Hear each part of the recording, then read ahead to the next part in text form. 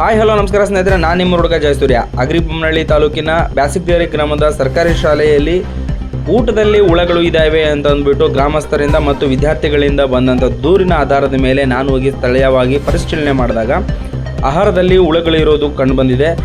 ನೋಡಿ, ನೀವೀಗ ನೋಡ್ತಿರುವಂತಹ ಒಂದು ಊಟದಲ್ಲಿ ಬ್ಯಾಸಿಗ್ದೇರಿ ಶಾಲೆಯಲ್ಲಿ ನಡೆದಂಥ ಈ ಒಂದು ಘಟನೆ. ಊಟದಲ್ಲಿ ಹುಳಗಳಿದೆ. ಈ ಊಟದಲ್ಲಿರುವಂಥ ಹುಳಗಳನ್ನು ಆರಿಸಿ ತೆಗಿತಾ ಇದ್ದಾರೆ. ಇದನ್ನು ಆರಿಸಬೇಕಾಗಿರೋದು ಅಕ್ಕಿಯಲ್ಲಿ, ಊಟದಲ್ಲೇ ಅಲ್ಲ. ಈ ಊಟವನ್ನು ಊಟ ಮಾಡೋಕ್ಕಾಗದೇ ಇರುವಂಥ ಸಂದರ್ಭದಲ್ಲಿ ವಿದ್ಯಾರ್ಥಿಗಳೆಲ್ಲರೂ ಕೂಡ ಗ್ರಾಮಸ್ಥರಿಗೆ ತಿಳಿಸಿದ್ದಾರೆ. ಸೊ ಗ್ರಾಮಸ್ಥರು ಕೆಲವರು ಬಂದ್ಬಿಟ್ಟು ಇದನ್ನ ಪರಿಶೀಲನೆ ಮಾಡಿದಾಗ ಊಟದಲ್ಲಿ ಈ ರೀತಿ ಹುಳಗಳಿರೋದು ಕಂಡುಬಂದಿದೆ. ನಾನೀಗ ಹೇಳ್ತಿರೋ ವಿಚಾರ ಏನಪ್ಪ ಅಂತಂದರೆ, ಈ ಒಂದು ಸಮಸ್ಯೆ ಎಲ್ಲಿಂದ ಶುರುವಾಯಿತು, ಯಾರಿಂದ ಶುರುವಾಯಿತು ಅನ್ನೋದು ಮತ್ತು ಇದಕ್ಕೆ ಪರಿಹಾರ ಏನು ಅನ್ನೋದನ್ನು ನಾವಿಲ್ಲಿ ತಿಳ್ಕೊಬೇಕು. ಸ್ನೇಹಿತರೆ, ನೀವು ನೋಡ್ತಾ ಇದ್ದೀರಲ್ಲ, ಈ ಒಂದು ಹುಳಗಳು ಪ್ರಾರಂಭ ಆಗೋದು ಅಕ್ಕಿಗಳಿಂದ. ಸೊ ಅಕ್ಕಿ ಬೇಳೆಗಳಲ್ಲೂ ಕೂಡ ಈ ಒಂದು ಸಮಸ್ಯೆ ಇದೆ. ಇದನ್ನು ಸಪ್ಲೈ ಮಾಡುವಂಥ ಅಧಿಕಾರಿಗಳು ಏನಿದಾರಲ್ಲ, ಸರ್ಕಾರದಿಂದ ನೇಮಕಗೊಂಡಿರುವಂಥ ಅಧಿಕಾರಿಗಳು ಪರಿಶೀಲನೆ ಮಾಡಿ ಇದನ್ನು ಸಪ್ಲೈ ಮಾಡಬೇಕು. ಇದು ಸರ್ಕಾರದ ಆದ್ಯ ಕರ್ತವ್ಯ. ಬಿಕಾಸ್ ಇಲ್ಲಿ ವಿದ್ಯಾರ್ಥಿಗಳು ಊಟ ಮಾಡ್ತಾ ಇದ್ದಾರೆ, ವಿದ್ಯಾರ್ಥಿಗಳಿಗೆ ಸಮಸ್ಯೆ ಆಗುತ್ತೆ. ಏನಾದರೂ ಕೂಡ ಅನಾರೋಗ್ಯ ಸಮಸ್ಯೆ ಆದಂತೆ ಇದು ಎಲ್ಲ ವಿದ್ಯಾರ್ಥಿಗಳಿಗೆ ಅನಾನುಕೂಲ ಆಗುತ್ತೆ.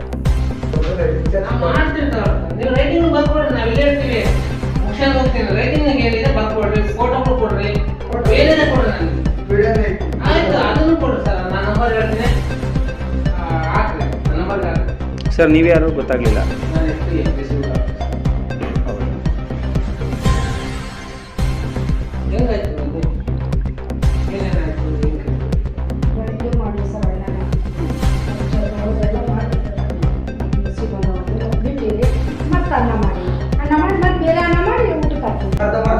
ಆಹಾರ ಧಾನ್ಯಗಳನ್ನು ಸ್ವಚ್ಛ ಮಾಡದೆ ಅವುಗಳನ್ನು ಅದೇ ರೀತಿಯಲ್ಲಿ ಸ್ವಲ್ಪ ಸ್ವಚ್ಛ ಮಾಡಿಬಿಟ್ಟು ಆ್ಯಸ್ ಇಟ್ ಈಸ್ ಹೇಗೆ ಕೊಟ್ಟಿರ್ತಾರೋ ಹಾಗೆ ಇದನ್ನು ಅಡುಗೆ ಮಾಡಿದ್ನಂದರೆ ಇದರಿಂದ ಫುಡ್ ಪಾಯ್ಸನ್ ಆಗಿ ಸಾವಿರಾರು ಜನ ವಿದ್ಯಾರ್ಥಿಗಳು ಅಲ್ಲಿ ಆ ಶಾಲೆಯಲ್ಲಿರುವಂಥ 500 ಜನ ವಿದ್ಯಾರ್ಥಿಗಳಲ್ಲಿ 300 ಜನ ವಿದ್ಯಾರ್ಥಿಗಳು ಈ ಊಟವನ್ನು ಊಟ ಮಾಡಿದಂದರೆ ಇದರಿಂದ ಫುಡ್ ಪಾಯ್ಸನ್ ಆಗುವಂಥ ಚಾನ್ಸಸ್ ಇದೆ. ಇದನ್ನು ಕರ್ನಾಟಕ ರಾಜ್ಯದಲ್ಲಿ ಬೇರೆ ಬೇರೆ ಜಿಲ್ಲೆ, ಬೇರೆ ಬೇರೆ ತಾಲೂಕುಗಳಲ್ಲಿ, ಬೇರೆ ಬೇರೆ ಶಾಲೆಗಳೆಲ್ಲೂ ಕೂಡ ನಾವು ನೋಡ್ತಾ ಇದ್ದೀವಿ. ಸೊ ಈ ಒಂದು ಸುದ್ದಿಯನ್ನು ಕೇಳ್ತಾ ಇದ್ದೀವಿ ಕೂಡ ಟಿ.ವಿ ನ್ಯೂಸ್ಗಳಲ್ಲಿ. ಆದರೆ ಇವತ್ತು ನಮ್ಮ ಅಗ್ರಿಬೊಮ್ಮನಹಳ್ಳಿ ತಾಲೂಕಿನ ಬೇರೆ ಬೇರೆ ಎಲ್ಲ ಶಾಲೆಗಳಲ್ಲೂ ಕೂಡ ಇದೇ ರೀತಿ ಅಕ್ಕಿಗಳ ಸಪ್ಲೈ ಆಗ್ತಿದೆ.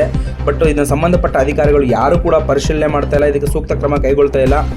ಸ್ನೇಹಿತರೆ, ನೀವೆಲ್ಲರೂ ಕೂಡ ಸಾರ್ವಜನಿಕರಾಗಿ ನೀವು ನೋಡ್ತಾ ಇದ್ದೀರಿ, ಒಂದು ಸರ್ಕಾರಿ ಶಾಲೆಗಳನ್ನು ಅಭಿವೃದ್ಧಿಪಡಿಸೋದು ಅಷ್ಟೇ ಅಲ್ಲ, ಸರ್ಕಾರಿ ಶಾಲೆಯನ್ನು ಸರಿಯಾಗಿ ನಡೆಸಬೇಕಾಗಿರೋ ಜವಾಬ್ದಾರಿ ಅಧಿಕಾರಿಗಳಿದೆ. ಅದನ್ನು ಸರಿಯಾಗಿ ನಡೆಸ್ಕೊಂಡು ಹೋಗುವಂಥ ವ್ಯವಸ್ಥೆನ ಕಲ್ಪಿಸೋದು ಸರ್ಕಾರದ ಕೆಲಸ ಇದೆ. ಆ್ಯಂಡ್ ಅದನ್ನು ನಾವೆಲ್ಲರೂ ಕೂಡ ಸಾರ್ವಜನಿಕರಾಗಿ ಮುತುವರ್ಜಿ ವಹಿಸಿ ನಾವು ಗಮನಿಸಬೇಕು. ನಾವಿವಾಗ ಇದನ್ನು ಪರಿಶೀಲನೆ ಮಾಡೋಕ್ಕಾಗಿ ನಾನು ಹೋಗಿ ಸ್ಟೋರ್ ರೂಮಲ್ಲಿರುವಂಥ ಅಕ್ಕಿಗಳನ್ನು ಓಪನ್ ಮಾಡಿಸಿದೆ. ನೋಡಿ, ಇವತ್ತು ಸ್ಟೋರ್ ರೂಮ್ನಲ್ಲಿ ಶೇಖರಣೆ ಆಗಿರುವಂಥ ಅಕ್ಕಿ ಇದು ಬರೀ ಬ್ಯಾಸಿಗ್ದೇರಿ ಶಾಲೆಯ ಅಕ್ಕಿ ಅಷ್ಟೇ ಅಲ್ಲ, ಇದು ಬ್ಯಾಸಿಗ್ದೇರಿ ಅಷ್ಟೇ ಅಲ್ಲದೆ ಬೇರೆ ಬೇರೆ ಅಗ್ರಿಬೊಮ್ಮನಹಳ್ಳಿ ತಾಲೂಕಿನಲ್ಲಿ ಸಪ್ಲೈ ಆಗುವಂಥ, ಬಹುತೇಕವಾಗಿ ಕರ್ನಾಟಕದಲ್ಲಿ ಸಪ್ಲೈ ಆಗುವಂಥ ಎಲ್ಲ ಜಾಗಗಳಲ್ಲೂ ಕೂಡ ಇದೇ ರೀತಿ ಅಕ್ಕಿಗಳು ಕೂಡ ಸಪ್ಲೈ ಆಗ್ತಾ ಇದ್ದಾವೆ. ಇದು ಸರ್ಕಾರನೇ ನೇರ ಹೊಣೆ ಆಗ್ತದೆ. ಇದನ್ನು ಸರ್ಕಾರ ಸರಿಯಾಗಿ ಪರಿಶೀಲನೆ ಮಾಡಿ ವಿದ್ಯಾರ್ಥಿಗಳಿಗೆ ಸರಿಯಾದ ಅಕ್ಕಿಯನ್ನು ಕೊಡಬೇಕು. ಇದು ಕೊಡದೇ ಇದ್ದಂದರೆ ಮುಂದಿನ ದಿನಗಳೆಲ್ಲ ಇವತ್ತಿಂದನೇ ಕೂಡ ವಿದ್ಯಾರ್ಥಿಗಳಿಗೆ ಆರೋಗ್ಯದಲ್ಲಿ ಸಮಸ್ಯೆ ಉಂಟಾಗುತ್ತೆ. ಮುಂದಿನ ದಿನಗಳಲ್ಲಿ ವಿದ್ಯಾರ್ಥಿಗಳಲ್ಲಿ ಅಥವಾ ಮುಂದೆ ಬರುವಂಥ ಜನ್ರೇಷನ್ ವಿದ್ಯಾರ್ಥಿಗಳು ಅಥವಾ ನಾಗರಿಕರಾಗಿ ಬೆಳೆಯುವಂಥ ಒಂದು ವ್ಯಕ್ತಿಗಳಲ್ಲಿ ಅಪೌಷ್ಟಿಕತೆ ಕಾರಣ ಆಗ್ತದೆ ಮತ್ತು ಅನಾರೋಗ್ಯ ಶುರುವಾಗ್ತದೆ, ಫುಡ್ ಪಾಯ್ಸನ್ ಆಗುವಂಥ ಚಾನ್ಸಸ್ ಇರುತ್ತೆ. ನೋಡಿ, ನೀವೀಗ ಏನು ನೋಡ್ತಾ ಇದ್ದೀರಿ, ಇವೆಲ್ಲನೂ ಕೂಡ ಅಕ್ಕಿಯಲ್ಲಿ ಹುಳಗಳಿರೋದು ಕಂಡೇ ಬರ್ತಾ ಇದೆ. ನೀವು ಇದನ್ನು ಸಂಬಂಧಪಟ್ಟ ಅಧಿಕಾರಿಗಳಿಗೆ ಶೇರ್ ಮಾಡಿ ಆ್ಯಂಡ್ ಇದನ್ನ ಸರಿಯಾಗಿ ಕ್ರಮ ಕೈಗೊಳ್ಳುವಂತೆ. ಬರೀ ಬ್ಯಾಸಿಗ್ದೇರಿ ಶಾಲೆಯಲ್ಲಿ ಅಷ್ಟೇ ಅಲ್ಲ, ಅಗ್ರಿಬೊಮ್ಮನಹಳ್ಳಿ ತಾಲೂಕಿನಲ್ಲಿ ಈ ಫುಡ್ಡನ್ನು ಅಥವಾ ಈ ರೈಸನ್ನು ಮತ್ತು ಬೇಳೆಗಳನ್ನು ಸಪ್ಲೈ ಮಾಡುವಂಥ ಅಧಿಕಾರಿಗಳು ಏನಿದ್ದಾರೆ ಅದನ್ನ ಸರಿಯಾಗಿ ಪರಿಶೀಲನೆ ಮಾಡುವಂಥ ನಾವೆಲ್ಲರೂ ಕೂಡ ಒತ್ತಾಯನ ಮಾಡಬೇಕು. ಈ ಯೂಟ್ಯೂಬ್ ಚಾನಲ್ ಕಡೆಯಿಂದ ಮತ್ತು ನನ್ನ ಕಡೆಯಿಂದ ನಾನು ಇದೊಂದು ರಿಕ್ವೆಸ್ಟನ್ನು ಮಾಡ್ತಾ ಇದ್ದೀನಿ. ಇದನ್ನು ಬರೀ ನೋಡಿ, ಅಕ್ಕಿ ಅಷ್ಟೇ ಅಲ್ಲದೆ ಇಲ್ಲಿ ಪಕ್ಕದಲ್ಲಿ ಒಂದು ಬೇಳೆ ಇದೆ, ಬೇಳೆಕಾಳುಗಳನ್ನು ನಾವು ನೋಡೋಕೆ ಹೋಗೋಣ. ಬಟ್ ಇದರಿಂದ ಏನಪ್ಪ ಅಧಿಕಾರಿಗಳು ಏನು ಮಾಡ್ತಿದ್ದಾರೆ, BO ಆಫೀಸರ್ ಆಗಲಿ, DDP ಅವರಾಗಲಿ ಅಥವಾ ಸಂಬಂಧಪಟ್ಟ ಅಗ್ರಿಬೊಮ್ಮನಹಳ್ಳಿ ವಿಧಾನಸಭಾ ಕ್ಷೇತ್ರದ ಅಧಿಕಾರಿಗಳಾಗಲಿ, ರಾಜಕಾರಣಿಗಳಾಗಲಿ ಈ ಥರದ ವಿಚಾರಗಳನ್ನು ಸರಿಯಾಗಿ ಗಮನಿಸೋದಿಲ್ವ? ಅಕಸ್ಮಾತ್ ನಾವು ಇದನ್ನ ಬಯಲಿಗೆ ತಂದಾದ್ಮೇಲೆ ಆದರೂ ಕೂಡ ಸೂಕ್ತ ಕ್ರಮ ಕೈಗೊಳ್ಳಲ್ವಾ? ಅದು ಕೈಗೊಳ್ಳದೇ ಇದ್ರೆ ಏನು ಅನುಕೂಲ ಆಗುತ್ತೆ, ಏನು ಅನಾನುಕೂಲ ಆಗುತ್ತೆ, ಯಾರೂ ಕೇರೆ ಮಾಡಲ್ವಲ್ಲ ಇದನ್ನು? ಸೊ ದಯಮಾಡಿ ಈ ಒಂದು ವಿಡಿಯೋನ ತಪ್ಪದೇ ಎಲ್ಲರೂ ಕೂಡ ಶೇರ್ ಮಾಡಿ. ಸಂಬಂಧಪಟ್ಟ ಅಧಿಕಾರಿಗಳು ಬರೀ ಬ್ಯಾಸಿಗ್ದೇರಿ ಅಷ್ಟೇ ಅಲ್ಲ, ಅಗ್ರಿಬೊಮ್ಮನಹಳ್ಳಿ ತಾಲೂಕಿನ ಪ್ರತಿಯೊಂದು ಶಾಲೆಗಳಲ್ಲೂ ಕೂಡ ಸೂಕ್ತವಾದಂಥ ಸರಿಯಾದಂಥ ಅಕ್ಕಿಗಳನ್ನು ಅಥವಾ ಸಂಬಂಧಪಟ್ಟ ದಿನಸುಗಳನ್ನು ಸಪ್ಲೈ ಮಾಡಲಿ ಅಂತ ನಾನು ಅವರಲ್ಲಿ ಒತ್ತಾಯನ ಮಾಡ್ತಾ ಇದ್ದೀನಿ. ನೋಡಿ, ಇದೊಂದು ಅಕ್ಕಿ ಚೀಲದ ಒಂದು ವ್ಯವಸ್ಥೆ ಆದಂದರೆ ಮುಂದೆ ನಾನು ಬೇಳೆಕಾಳುಗಳ ಬಗ್ಗೆ ತೋರಿಸ್ತೀನಿ. ಬೇಳೆಕಾಳಿಂದ ಕೂಡ ಈ ವಿಡಿಯೋ ನೋಡಿ.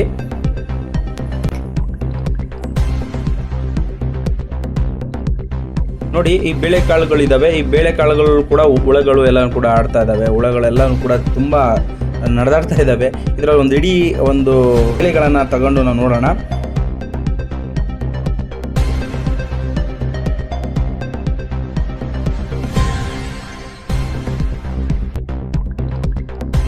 ಇದಕ್ಕೆ ಸಂಬಂಧಿಸಿದಂತೆ ನಮಗೆ ಸ್ಥಳೀಯವಾಗಿ ಭೇಟಿ ನೀಡಿದಂಥ FD ಅವರು ಮತ್ತು CRP ಅವರು ಮತ್ತು ಇದಕ್ಕೆ ಸಂಬಂಧಪಟ್ಟ ಅಧಿಕಾರಿಗಳು ಕೂಡ ಬಂದು ನಮಗೆ ಒಂದು ಮಾತನ್ನು ಹೇಳಿದರು.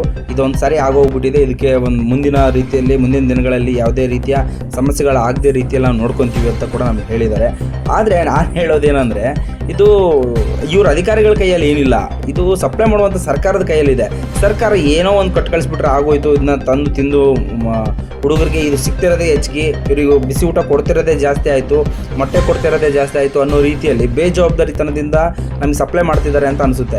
ಸರ್ಕಾರದವರು ಯಾವುದೇ ಪಕ್ಷದ ಸರ್ಕಾರಗಳು ಬರಲಿ ನೋಡಿ, ಈ ಥರ ಒಂದು ಕಳಪೆ ಮಟ್ಟದ ಅಥವಾ ಕಳಪೆ ಇರುವಂಥ ಒಂದು ದಿನಸುಗಳನ್ನು, ಆಹಾರ ಧಾನ್ಯಗಳನ್ನು ಸಪ್ಲೈ ಮಾಡಿದರೆ ಈ ವಿದ್ಯಾರ್ಥಿಗಳು ತಿಂದು ಯಾವ ರೀತಿ ಪೌಷ್ಟಿಕಾಂಶವಾಗಿ ಅವ್ರು ಬೆಳೀತಾರೆ, ಅವ್ರಿಗೆ ಯಾವ ರೀತಿ ಆರೋಗ್ಯ ಇಂಪ್ರೂವ್ಮೆಂಟ್ ಆಗುತ್ತೆ ಅನ್ನೋದನ್ನು ಸರ್ಕಾರ ಗಮನಿಸಬೇಕು.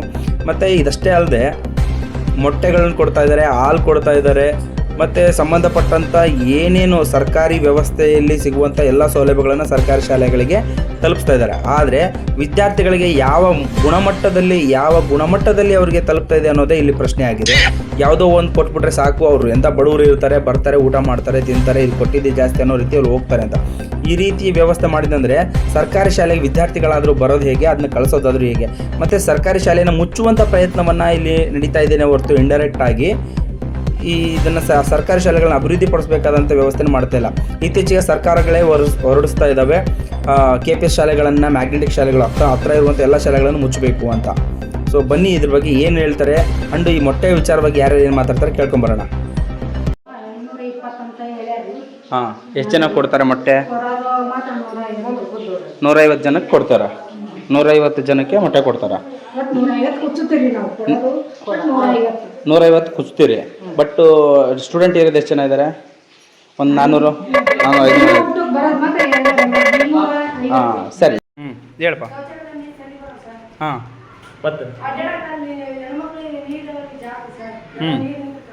ಹಾಂ, ಎಲ್ಲಿ? ಓಕೆ. ಮತ್ತು ಇಲ್ಲಿ ಊಟದ ವ್ಯವಸ್ಥೆ ಎಲ್ಲ ಹೆಂಗಿದೆ?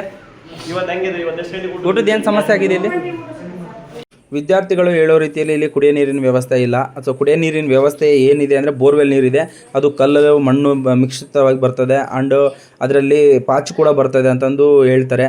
ಅದನ್ನ ಪ್ಯೂರಿಫಿಕೇಷನ್ ಮಾಡೋದಕ್ಕೆ ಒಂದು ಫಿಲ್ಟ್ರ್ ವಾಟರ್ನ ವ್ಯವಸ್ಥೆ ಮಾಡೋದಕ್ಕೆ ತಾಲೂಕ್ ಪಂಚಾಯತಿ ಅಧಿಕಾರಿಗಳಿಗೆ ಆಗಲ್ಲ, ಅಥವಾ EO ಅಧಿಕಾರಿಗೆ ಆಗಲ್ಲ. ಈ ಸಂಬಂಧಪಟ್ಟ ಅಧಿಕಾರಿಗಳು ಯಾರು ಇದಕ್ಕೆ ರಿಯಾಕ್ಷನ್ ಕೊಡಲಿಲ್ಲ ಅಂದರೆ ಯಾರು ಇದಕ್ಕೆ ಜವಾಬ್ದಾರಿ ತಗೋಬೇಕು? ಸೊ ಸಂಬಂಧಪಟ್ಟ ಅಧಿಕಾರಿಗಳು ದಯಮಾಡಿ ಇದಕ್ಕೆ ಒಂದು ಸೂಕ್ತ ಪರಿಹಾರವನ್ನು ನೀಡಿ. ಬರೀ ಇದೊಂದೇ ಅಲ್ಲ, ಬೊಮ್ಮನಹಳ್ಳಿಯಲ್ಲಿರುವಂಥ ಎಲ್ಲ ಶಾಲೆಗಳಿಗೂ, ಪ್ರಮುಖವಾಗಿ ಈ ಶಾಲೆಯ ವಿದ್ಯಾರ್ಥಿಗಳು ಶಾಲೆ ಬಿಟ್ಟು ಬಂದ ನಂತರದಲ್ಲಿ ಇಲ್ಲಿ ಒಂದು ಬಸ್ ಸ್ಟ್ಯಾಂಡ್ ವ್ಯವಸ್ಥೆ ಬಗ್ಗೆ ನಾನು ಒಂದು ವಿಡಿಯೋ ಮಾಡಿದ್ದೆ. ಬಸ್ ಸ್ಟ್ಯಾಂಡ್ ಇಲ್ಲಿ ನೋಡಿ ಎಷ್ಟು ಜನ ವಿದ್ಯಾರ್ಥಿಗಳು ಹೊರಗೆ ನಿಲ್ತಾರೆ. ಸ್ವಲ್ಪ ಜನ ವಿದ್ಯಾರ್ಥಿಗಳು ಇನ್ನೂ ಸ್ಕೂಲ್ ಒಳಗಡೆನೇ ಇದ್ದಾರೆ, SLCಗೆ ಮತ್ತು ಸ್ಪೆಷಲ್ ಕ್ಲಾಸ್ಗಳಂತ ತೊಗೊಂಡಿರೋದ್ರಿಂದ ಮಾರ್ಗ ಮಧ್ಯದಲ್ಲಿ ಬಸ್ ನಿಂದಿರಿಸ್ಬಿಟ್ಟು ಬಸ್ನ ಹತ್ಸ್ಕೊಂಡು ಹೋಗ್ತಿದ್ದಾರೆ. ಇಲ್ಲಿ ಒಂದು ಬಸ್ ಸ್ಟ್ಯಾಂಡ್ ವ್ಯವಸ್ಥೆ ಸರಿಯಾಗಿಲ್ಲ. ಆ್ಯಂಡ್ ಇಲ್ಲಿ ನೋಡಿ ಇಷ್ಟೊಂದು ಜನ ವಿದ್ಯಾರ್ಥಿಗಳು ಕೂತ್ಕೊಂಡಿದ್ದಾರೆ. ಇದು ರೋಡಿನ ಪಕ್ಕದಲ್ಲಿ ಕೂತ್ಕೊಂಡಿರೋದ್ರಿಂದ ಬಸ್ ಬಂದು ಎಲ್ಲಿ ನಿಂತ್ಕೋಬೇಕು ನೋಡಿ. ಇವಾಗ ಒಂದು ಬಸ್ ಬರ್ತಾ ಇದೆ. ಸೊ ಬಸ್ ಬಂದಿದೆ, ಅದೇ ಪ್ಲೇಸಲ್ಲಿ ಎಲ್ಲಿ ನಿಂತ್ಕೊಳ್ಳೋಕೆ ಆಗ್ತಾ ಇಲ್ಲ. ಅಂಡ್ ಅಲ್ಲಿ ನೋಡಿ ಎಷ್ಟು ಜನ ವಿದ್ಯಾರ್ಥಿಗಳು ಹೋಗ್ತಾ ಇದ್ದಾರೆ, ಒಂದು ಬಸ್ಸನ್ನು ಕ್ಯಾಚ್ ಮಾಡೋಕ್ಕೆ ಹೋಗ್ತಾ ಇದ್ದಾರೆ. ಅದು ಬಸ್ಸು ರೋಡ್ ಮೇಲಿದೆ, ವಿದ್ಯಾರ್ಥಿಗಳು ರೋಡ್ ಮೇಲಿದ್ದಾರೆ. ಫುಟ್ಪಾತ್ ಮೇಲೆ ನಿಂದಿರಬೇಕಾದಂಥ ವಿದ್ಯಾರ್ಥಿಗಳು, ಅದು ಬಸ್ ಸ್ಟ್ಯಾಂಡಲ್ಲಿ ನಿಂದಿರಬೇಕಾದಂಥ ವಿದ್ಯಾರ್ಥಿಗಳಿಗೆ ಬಸ್ಸು ಸರಿಯಾಗಿ ನಿಲ್ಲಿಸ್ತಾ ಇಲ್ಲ. ಪ್ರಮುಖವಾಗಿ ವಿದ್ಯಾರ್ಥಿಗಳಿಗೆ ನಿಂದಿರೋದಕ್ಕೆ ಒಂದು ಸ್ಥಳ ಮತ್ತು ಆ ಒಂದು ವ್ಯವಸ್ಥೆ ಇಲ್ಲಿ ಇಲ್ಲ. ಆ್ಯಂಡ್ ಫುಟ್ಪಾತ್ ಮೇಲೆ ನಿಂತಿರುವಂಥ ಈ ಜನರನ್ನು ನೋಡಿ, ಇಲ್ಲಿ ಬಸ್ಸಿನ ವ್ಯವಸ್ಥೆ ನೋಡಿ, ಇಲ್ಲಿ ಬಸ್ಸು ಫುಲ್ಲಾಗೋಗಿರೋದ್ರಿಂದ ವಿದ್ಯಾರ್ಥಿಗಳು ಬೀಳುವಂಥ ಚಾನ್ಸಸ್ ಜಾಸ್ತಿ ಇದೆ. ಇದು ನೋಡಿ ಆದರೂ ಕೂಡ ಸಂಬಂಧಪಟ್ಟ ಅಧಿಕಾರಿಗಳು ಇದಕ್ಕೆ ಒತ್ತುವರಿಯಾಗಿರುವ ಜಾಗವನ್ನು ಬಿಡಿಸಿ ಇದನ್ನು ವಿದ್ಯಾರ್ಥಿಗಳ ಭವಿಷ್ಯ, ವಿದ್ಯಾರ್ಥಿಗಳ ಜೀವ ಎಲ್ಲನೂ ಕೂಡ ಇಲ್ಲಿದೆ. ದಯಮಾಡಿ ಸಂಬಂಧಪಟ್ಟ ಅಧಿಕಾರಿಗಳು ಇದಕ್ಕೆ ಸೂಕ್ತ ಕ್ರಮ ಕೈಗೊಳ್ಳಿ. ಸಂಬಂಧಪಟ್ಟ ಅಧಿಕಾರಿಗಳಿಗೆ ತಲುಪೋವರೆಗೂ ಈ ವಿಡಿಯೋನ ಶೇರ್ ಮಾಡಿ. ಬ್ಯಾಸಿಗ್ದೇರಿಯಲ್ಲಿ ವಿದ್ಯಾರ್ಥಿಗಳಿಗೆ ನಡೀತಿರುವಂಥ ಇಷ್ಟೆಲ್ಲ ವಿಚಾರಗಳನ್ನು ನೋಡಿ, ವಿಚಾರಿಸಿ, ತರ್ಕಬದ್ಧವಾಗಿ ಆಲೋಚಿಸಿ ಸಂಬಂಧಪಟ್ಟ ಶಿಕ್ಷಣಾಧಿಕಾರಿಗಳಿಗೆ ಮುಖ್ಯ ಗುರುಗಳಿಂದ ಒಂದು ಮನವಿ ಪತ್ರವನ್ನು ನೀಡಿದೆವು.